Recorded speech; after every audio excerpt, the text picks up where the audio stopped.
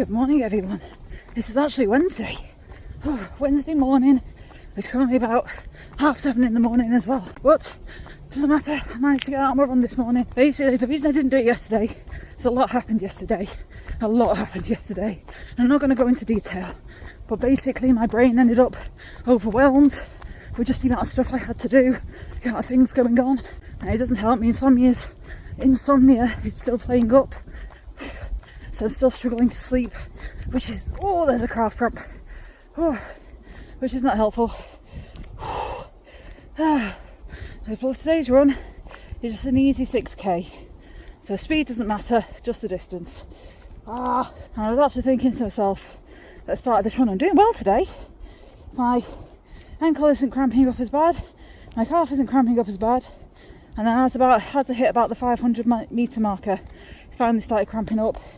I've already stopped for a stretch once. I'm gonna have to stop for a stretch again though. Oh my gosh.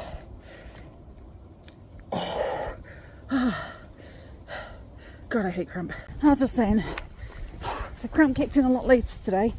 I managed to run about 500 metres before it kicked in, which is good.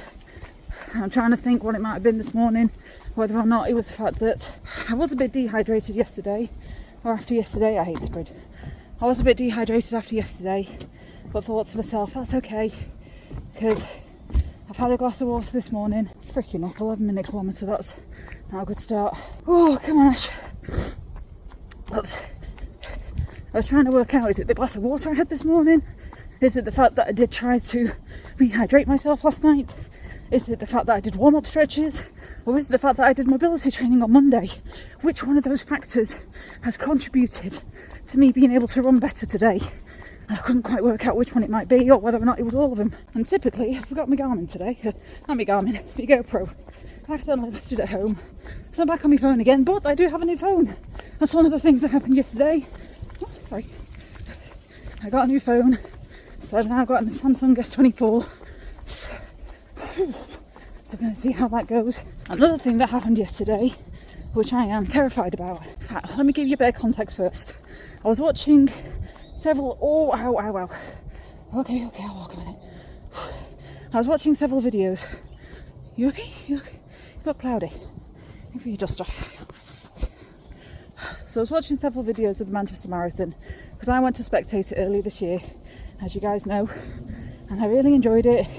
The crowd was amazing, the buzz was amazing, and the people running it were fantastic. And I always swore to myself, I will never run a marathon, just not in my comfort zone. Way outside my comfort zone. Half marathon is already outside my comfort zone, but a marathon? Nah. But it's always been on Jason's bucket list to run a marathon. And all the videos I watched of the Manchester Marathon was all faster runners who were completing it in like 3 hours. And I sat there thinking to myself, can't do that. No, not going to be able to do that. Not me. But then I stumbled across one YouTuber. I'll put her channel up here somewhere, because I can't remember the name off the top of my head. So I think her name was You. And I commented on her video at the Manchester Marathon, saying that I was tempted to book in myself this year, but it's already sold out. So I can't book in even if I wanted to brave it myself. And then she told me, I need to run. I really need to run. At the same time, I don't want to run. I was watching, watching the person. Squirrel! Yes, I was watching Yu's video, and she is a slower runner, like me. And she actually did the marathon in 5 hours, I think, 4 or 5 hours. I can't remember her exact time, but she was a slower runner. And she did the marathon at a much slower pace. She was only slightly faster than my fastest speed. Sorry, I'm just doing a bit of trail running at the moment.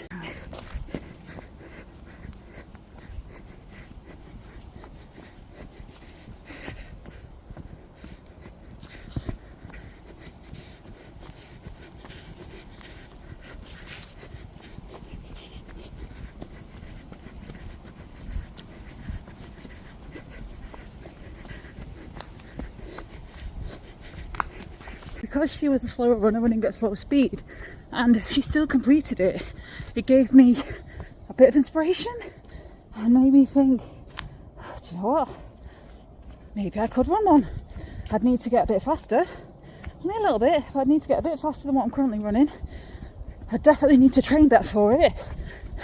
And I'd need to stop my calves from cramping up every 5 seconds. I genuinely thought for a split second that I might be able to do it. And then left a comment on a video just saying, you've really inspired me to give it a go. It's a shame the Manchester 2025 race is already sold out. Oh, ankles. And she replied to that comment saying that there is actually another wave due to come out any day now. And I was like, what do you mean? And she said that there is actually an emailing list. There's public places, all the pre-entry, all the early entry is sold out. But there's another wave about to launch, and if you sign up to the notification stuff, they can actually give you, or you'll actually get a message to say when they open again, and you might be able to bag yourself a spot. So I thought about it. I decided to sign up for the email because, you know, it's like I don't have to sign up, but at least if the message comes in, I have the opportunity if I still want to do it. Let's go again. And so I signed up to the email like she suggested, and sure enough, yesterday I got a message to say that the entries for 2025 had just opened up again and are limited to 4,000 spaces. So, oh my legs. I messaged Jason straight away and said, look, you said you wanted to do a marathon, and I'm not gonna lie, if I was gonna do any marathon, it'd be the Manchester Marathon, because it looks so fun with all the events and stuff that they have dotted around and the amount of support they had on the day. Do you want to give it a go? If you do, we have very limited time to try and get signed up for it. And sure enough, he said, yes, let's do it. And I was like, shit. So we are now officially signed up for the Manchester Marathon 2025. Oh my God, I must be insane. I've not even run the half marathon yet. I know I'm going to struggle with it. And yet here I am, signing myself up for my next big race.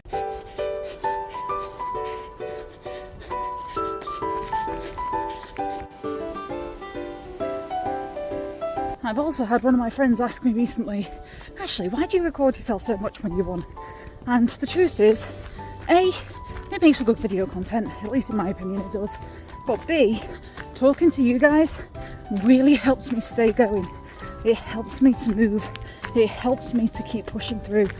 When I'm talking to the camera, it's like I'm talking to a friend. It's like I've got a running buddy with me at all times.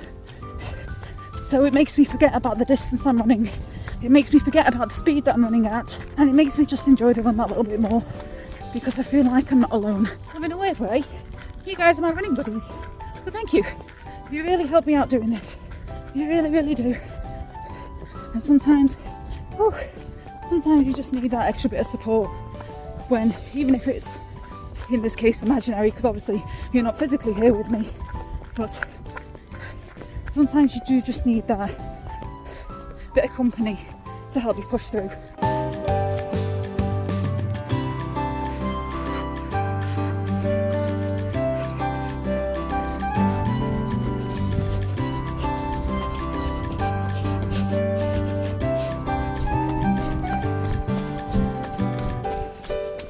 Oh, god damn it.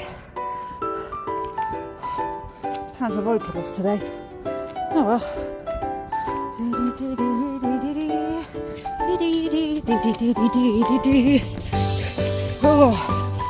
Oh, no, I've got wet feet.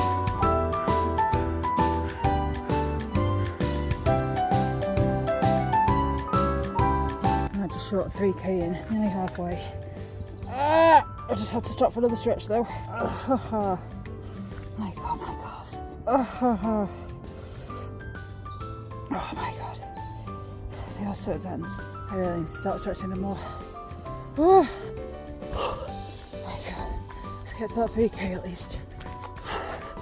Oh, this is not easy.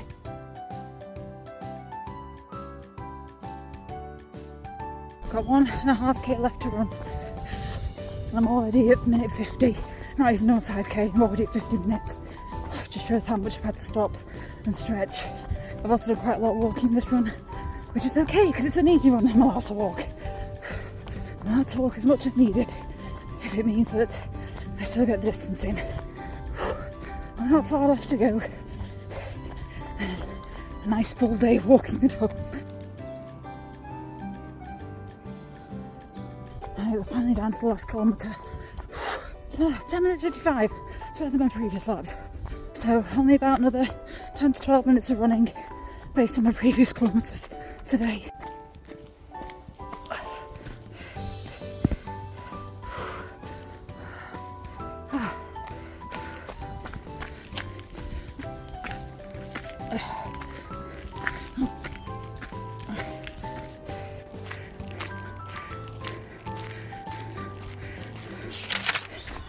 So it's now Saturday and we're out at Park Run, and I was actually hoping to meet one of my friends here today.